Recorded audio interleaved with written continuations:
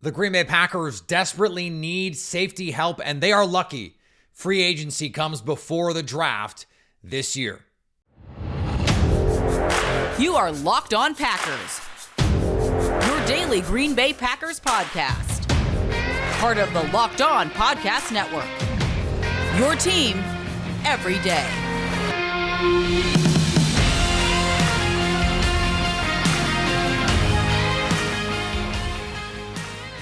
You are Locked On Packers, part of the Locked On Podcast Network, your team every day. I'm Peter Bukowski, and I cover the Packers for The Leap, a newsletter I would love for you to subscribe to. Follow me on Twitter, Peter_Bukowski. Follow the podcast on Twitter, Locked On Packers. Like us on Facebook, subscribe to the podcast, iTunes, Spotify, Google Podcasts, wherever you find podcasts, you will find Locked On Packers, the #1 Packers podcast on the internet, and the show for fans who know what happened. They want to know why and how. Thanks to everyone who makes Locked On Packers their first listen every day. We hope you like starting your day with us as much as we like starting our day with you. Today's episode brought to you by our friends at Game Time. Download the Game Time app, create an account, and use code LOCKEDON for $20 off your first ticket purchase. As I go through the safety class, because I think the Packers are going to draft multiple safeties in this upcoming draft, I am struck by something. No one tackles. No one tackles. And so when I look at it kind of makes me feel a little bit better about what's going on with the Packers, because I'm like, okay, so no one in college football tackles either. Like there are the two guys at the top, Tyler Nubin from Minnesota and Cameron Kinchens from Miami. Those guys will tackle. Everyone else, at least the guys that played safety in college, like if Cooper DeJean comes out and he converts to safety, he'll tackle. Is he a great tackler? No. Is he passable? Yes. Everyone after that group, and there's a pretty big gap after that group. No one can agree on who safety 3 is in this class, assuming Cooper DeJean is a corner. And it's really important that free agency come before the draft as a result, because what the Packers need in this defense is not a field tilter. It's not a game changer. It is someone that they can plug into at least one of those spots and go, we trust this guy. Think back to 2019. What did they do? In free agency, they go out and they get Adrian Amos.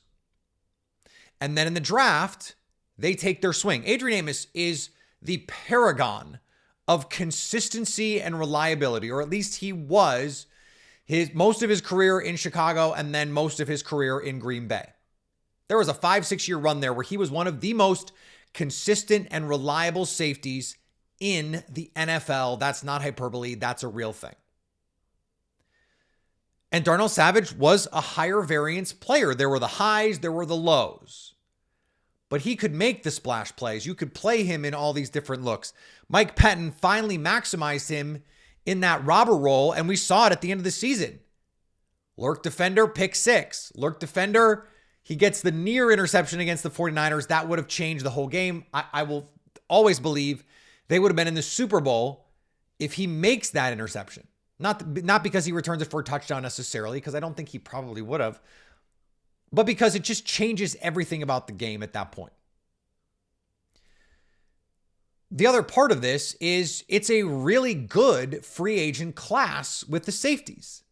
There are a lot of quality players. And the thing about free agency with safeties is over the last 5-ish years, the only guys who get paid in free agency really are the upper echelon guys. Antoine Winfield. Antoine Winfield is going to get paid a lot of money, and probably by Tampa Bay. I don't know why they wouldn't just sign him. Like, why are you not signing that guy? But then you look at the next tier of guys, the Jordan Fullers, who I don't know why LA wouldn't just sign him. The Geno Stones, who I don't know why Baltimore wouldn't just sign him. They have some cap constraints and some things that they got to work out. Jordan Whitehead in New York. I don't know why they wouldn't just sign him, but these things happen. Guys leave. Tayshaun Gibson is a player for the 49ers who maybe going, look, I got one more shot at this, two more shots at this. Let me go with my guy, Jeff Hafley, who he gave a ton of credit to, breakout season in his career, was just talking about this. I think it was Dave Schrader at Green Bay local TV who was talking about, that relationship. And he was like, look, I credit that guy with the breakout of my career in Cleveland together on a staff, by the way, with Kyle Shanahan and Kevin O'Connell and Mike McDaniel. Like, it's a crazy staff. Gibson is the kind of guy, older, 34, 35, who can come in at a cheaper price, $3-4 million bucks. And you go, let's chase a title here. Whereas in San Francisco right now, you don't know what you're getting with your defensive coordinator. More on that a little later. It would be ideal to sign a safety where you felt like this guy, I know what he is. I know he's going to be consistent, and you move forward. And maybe that guy is just Rudy Ford or Jonathan Owens or Darnell Savage. That seems unlikely. What I think is most likely to happen here is one or two of the Savage, Owens, and Ford combination get re-signed. I think Keyshawn Nixon comes back. I don't know if he's going to be playing corner. But then you go out and you sign someone, a mid to low level safety free agent, and you draft at least one, if not two players. I think Anthony Johnson Jr. showed enough to get a real shot. I think if Rudy Ford wants to come back on a prove it deal, you do it. I actually really like him in this defense potentially. I think there's a case for Darnell Savage. I think there's a case for Jonathan Owens. I think it is a lock. At least one of those guys, if not two of those guys, walk. Interestingly, this shift to the 49ers defense would have made it more advantageous for someone like Tarvarius Moore to be on this team. Things happen. But getting that certainty first in free agency opens up everything for your draft, because then you don't feel like you're stressing. Like at 25, none of these safeties are worth drafting. And frankly, I don't know at 41 if any of these safeties are worth drafting, depending on who else is around. And I think there's a pretty good chance they will not be one of the best players available at 41. That second round pick, now you start to have a conversation, but those guys might be gone at that point. So then you're worried, okay, third round, fourth round, fifth round. This is not a good draft class of safeties. And when you add in the inconsistency of the players who are there, especially after that top group, then it's like, well, then you're just throwing darts. And so maybe you just throw 2 or 3 mid to late round picks at the problem. Someone in free agency, bring back one of the guys. You've got Anthony Johnson Jr. and just see what you got. Because they were able to get the division round this last year with pretty middling safety play. Middling to bad at times. It's not a defense that relies on you to be incredible. Think of the Jets. Can you name the 2 Jets starting safeties? No, but you can name Sauce Gardner. You can name Quincy Williams, the guys in the front, CJ Mosley. You can name those guys. The DeMeco Ryans era, this Robert Saleh era in San Francisco. Who can you name? You can name that front. You can name Richard Sherman. Jimmy Ward, but they changed his roll around a little bit, did some other different things. Who was the other safety on those San Francisco 49er teams? Do you remember? Go back to Vic Fangio. Do you remember who the safeties were on those teams? I do. Deshaun Goldson, Dante Whitner, who's been on the show, friend of the show, Dante Whitner. You don't need a superstar. You need some reliability. If you want that, you're probably not going to get it in the draft, so you have to go out and you have to spend in free agency to get it. Speaking of reliability, I think this Packers staff would benefit from a veteran. We're going to talk about that in just a second here on Locked On Packers. Today's episode is brought to you by our friends at BetterHelp. Sometimes we all need the opportunity to get something off of our chest. Big or small, certain things can really start to get to you. It's important to let that out, especially to someone who's unbiased in your life. So today I want to say something that I feel really strongly about. You might even be thinking the same thing this week.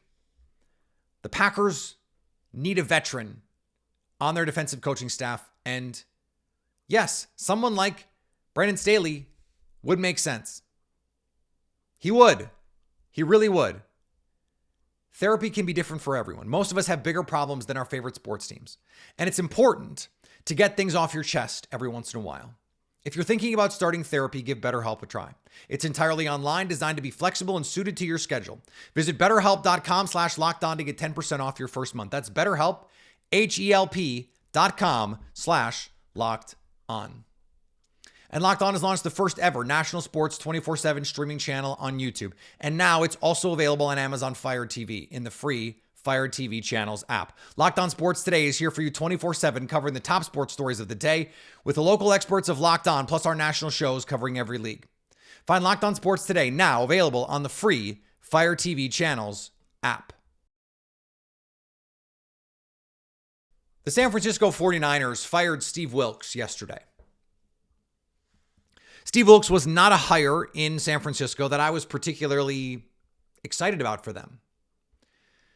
I did not understand or buy into the hype in Carolina when he was the interim coach, that the players loved him. They wanted him to get that job.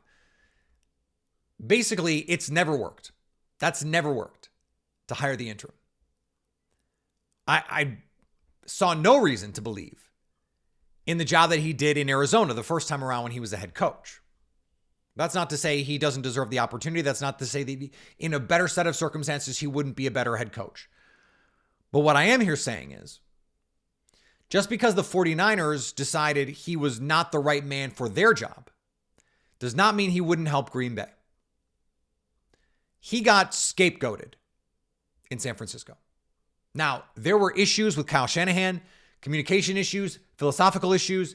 Shanahan felt like he had to have his hand a little bit too much on the scale, had to move Steve Wilks from the booth down to the sidelines. On the final OT drive in the Super Bowl, had to call a timeout because he didn't like one of the calls out there, didn't like how the defense was playing. It's not ideal. But you're still talking about one of the most veteran, respected defensive backs coaches in the league. Someone who's been a defensive coordinator, who's been a head coach, who's been an interim head coach, who's seen everything in the league, and who, with a really good roster, yes, had a top 5 defense in just about every metric you want to look at. So you want to make complaints about some of the in-game stuff, you can. It's a really good defense. Now, the Packers hired a passing game coordinator. And we actually haven't talked a lot about that hire. And I think it's good. Derek Ainsley is that guy. He has a very diverse background. It's something that we've talked a little bit about. And I love a coordinator with a diverse background. Nick Saban, love that. Brandon Staley. So there's some diversity of thought there, which is great. But someone like Steve Wilks, when you have a first-time defensive coordinator in Jeff Hafley, and I mentioned this idea of like they don't have that intuitive replacement. Well, now they do. Anthony Campanile is seen as a defensive coordinator in waiting and all that stuff. But that's not a substitute for experience. It's different. And I understand this idea of, and we've talked about it, going young on the staff, letting those guys develop the same way you let your players develop. But coaching to me is different. Coaching is different because it relies on institutional knowledge to guide other players by definition. And so you think back on your educational experience.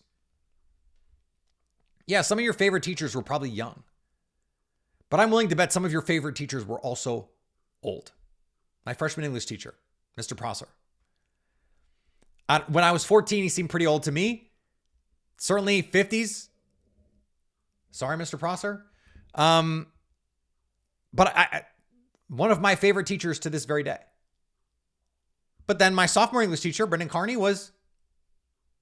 he was also really great. Probably was not more than like 25.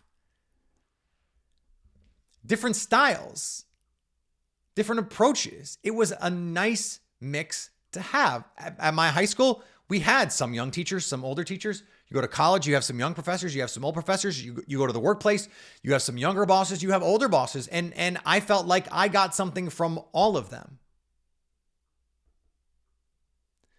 And there are times when it's really nice to have that steady hand. One of my bosses at Sports Illustrated was a long time what you would call him a newspaper man.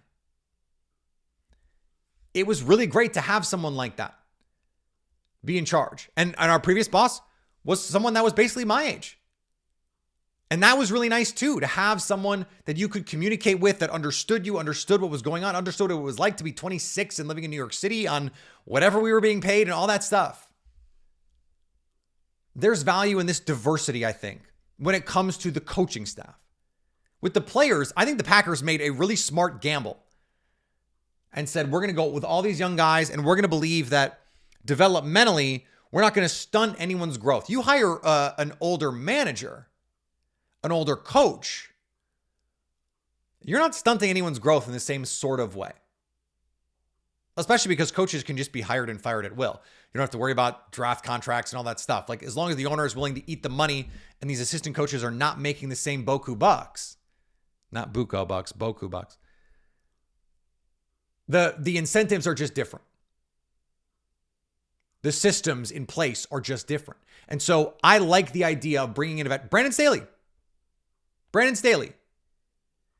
You know, who knows where he might end up? Could it be in a senior, like maybe that first meeting that the Packers took with him was to say, hey, look, we're going to circle back. If you don't get anything, we'd love to have you here as some sort of senior advisor. We think you're a really smart coach. We're going to go in a different direction for the defensive coordinator job, but would love to have you on staff. Maybe they're able to do that. Maybe by the time you're listening to this, he already has a job. Certainly possible. I like the idea of someone like Steve Wilks. And Brandon Staley might be a job. Like, it'd be honestly hilarious if Brandon Staley ends up getting the 49er job. But I like the idea of a veteran coach, and not like Brandon Staley's old. He's not Steve Wilks in terms of age or an experience, but he's a veteran, former defensive coordinator, former head coach, has experience running those rooms. That'd be really nice to have. Even if it's to just say, hey, this didn't work for me. Or, hey, I have these pitfalls. Or, hey, I've seen this look before. Or, hey, I know this team really well. Here's some help. Jeff Hafley hasn't coached in the NFL in, what is essentially, for NFL standards, especially given how fast offenses and defenses are changing, it might as well be a decade, even if it's only a half decade. That's how much offenses and defenses have changed since he's been in the NFL. It would be really nice to have a more senior voice so that Matt LaFleur does not have to take on the responsibility of having someone who is there and as a guide, not necessarily guardrails, not like what Doc Rivers was for Adrian Griffin, where it's like, we don't think this guy can do the job, so we need to get someone who's a veteran in here to figure this out. No, not that. Just a steady veteran hand to say, hey, let me help. I can help. I'm not game planning. I'm not calling plays. I'm offering feedback as an experienced, sage person, as a smart coach. You can never have too many smart coaches. And when you look around the NFL, the Packers, both offensively and defensively, but more defensively, they have a thinner, leaner staff than a lot of teams do. A lot of teams have like nickel corner coaches and pass rush specialist coaches and defensive line coaches, interior defensive line, edge players, inside linebackers, outside linebackers, safeties coaches, secondary coaches, passing game coordinators, cornerbacks coaches, like a million different run game coordinators. The Packers like to combine them. Oh, you're the DB's coach and the passing game coordinator. You're the linebackers coach and the run game coordinator. You're the defensive line coach and the pass rush specialist. And I don't even think it's a money thing. I think that's just how they operate. I think Matt LaFleur only trusts a certain number of people too. So they don't have to give. I suggested passing game coordinator, someone like Derek Ainsley, like he's experienced. He doesn't need someone looking over his shoulder.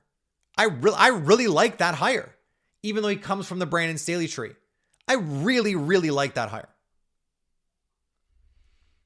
But that doesn't mean that the staff couldn't benefit from another veteran voice. Senior defensive assistant. I was advocating that, Vic Fangio, Mike Zimmer. Even as I was saying, Joe Barry, that could work. I was going, but it'd be nice to have some help. Now, part of that is it was just wish casting of like, it'd be nice if that guy was actually running the defense. And it doesn't actually work that way. This is not that. I think Jeff Hafley can be a very good defensive coordinator, all the things. And I didn't even put a lot of this in the Super Bowl news dump that we did for the Leap. Everyone I talked to about Jeff Hafley was like, this dude he's going to be a really good coach. You're really going to like this guy.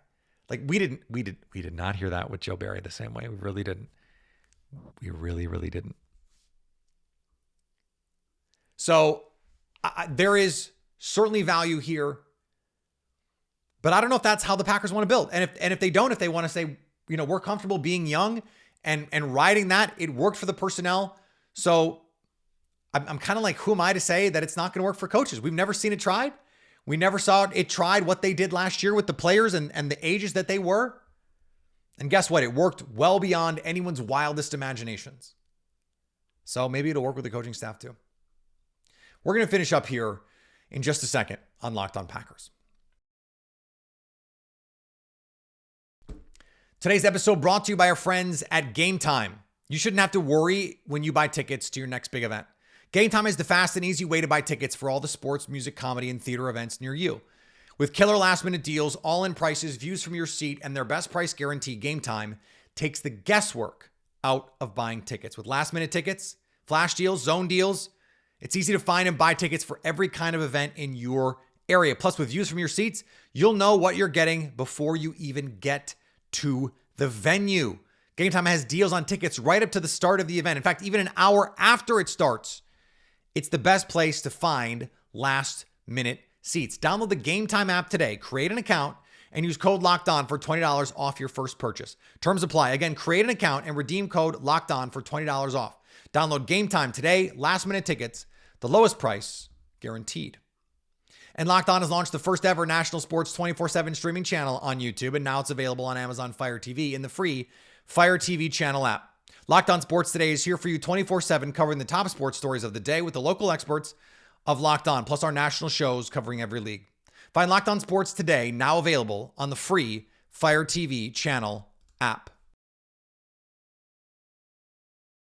While the Kansas City Chiefs were celebrating a Super Bowl title in what was a joyous and incredible, raucous event, where you see Chiefs players splayed out on the ground, no shoes, Hennessy bottle next to the sneakers. It should have just been fun. And it devolved into something really ugly. Multiple shootings, multiple gunshot victims, kids. And as I record this, we don't have all the details on what happened, and that's not important. You want me to stick to sports? This is sports. This happened at the parade for the Super Bowl. It's sports. It's sports because there is no hiding from this problem. It can touch every part of our lives. We know it can happen at school. We know it can happen at church, at the grocery store, at sporting events, at celebrations of sporting events. We have these moments, these ugly, vile moments. And I don't have the solutions. I don't have the capacity in a lot of cases to even process it. I have 2 kids, and we live close to the high school that they will attend. For the last couple of weeks, they've been testing a new alert. And at 6 a.m., I hear the siren go off. And I hear over the loudspeaker the alert for lockdown. Please follow lockdown procedures. And there are kids, 14, 15, who know lockdown procedures, who know active shooter lockdown procedures. And I know that my kids, who are not that far from being in those schools, I know that my son, who's not that far from being in elementary school, that he's going to have to do those drills in elementary school because we don't care enough to do anything about this. And again, I don't have the solutions, but I want you to ask yourself if you think we're doing enough. If you think the trade-offs for our freedoms I believe in, are worth being the only place where this happens on a regular basis. Ask yourself if doing nothing is better than helping our kids. I don't know how you can look yourself in the mirror and say that the status quo is enough. It's not enough. It's not enough for my kids. And I don't think it's enough for yours. We have to do better. When I grew up, this was not something we ever had to worry about. It's gotten worse. It's gotten worse. And I love that there is communities that come around and offer their support and their prayers and their financial assistance. And there are incredible stories of Chiefs players celebrating the biggest moment of their lives, going over and consoling kids in this moment. Marquez Valdez-Scantling took to social media and said, I want to help however I can. I want to find out that these kids are okay, and I want to support their families. There are so many good people that want to help, that want to prevent this stuff from happening, and don't want to make it about politics. You want to tell me to stick to sports? I understand that. You don't want to have these conversations. I don't want to have these conversations. I don't. I want to be able to send my kids to school. I want them to get on the bus and for me to not worry about what's going to happen after that. That's what I want. I want to be able to go and celebrate a Super Bowl victory with friends and family without having to worry about what's going to happen. What world do you want to live in? Let's start there. And then let's figure out how we get there. Because there is nothing more important for our future than making sure that our kids do not have to continue to deal with this sort of trauma. I want sports to be something like what I experienced as a child. Unmitigated, pure joy. That's what it was. And there is now an entire generation of kids in Kansas City who should be eternally happy that they just saw yet another Super Bowl, that they got to be there at the parade. And it's going to be the scariest moment of their lives. Is that the world you want to live in? Because it's not the world I want to live in. All right, we're going to be back tomorrow on Locked On Packers. And I hope we never have to have this discussion ever again. I really do. I don't like to do this. I don't like to have these discussions on the show. It's not what my job is. It's not what we do here. But this was important to me. And this is undoubtedly sports. There's no way around it. I hope we find a path forward. I really do. Follow me on Twitter, Peter_Bukowski. Follow the podcast on Twitter, Locked On Packers. Like us on Facebook. Subscribe to the podcast, iTunes, Spotify, Google Podcasts. Wherever you find podcasts, you will find Locked On Packers. And anytime you want to come hang out with us live, we try to have a lot more fun on our YouTube lives. Go subscribe over on our YouTube so you can stay Locked On Packers.